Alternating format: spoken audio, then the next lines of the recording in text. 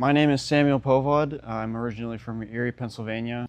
I think I've been into cars as long as I can remember. What got me hooked, I think, is my dad's friend's 7 Series E38.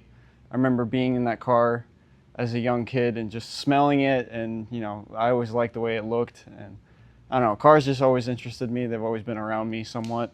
So that interest turned into wanting to work on classic cars as a career because I just liked working with my hands. I liked I didn't like the idea of sitting in front of a desk for eight hours a day. Coming out of college, a job that I would like to have, I think anything that involves being around different things all the time.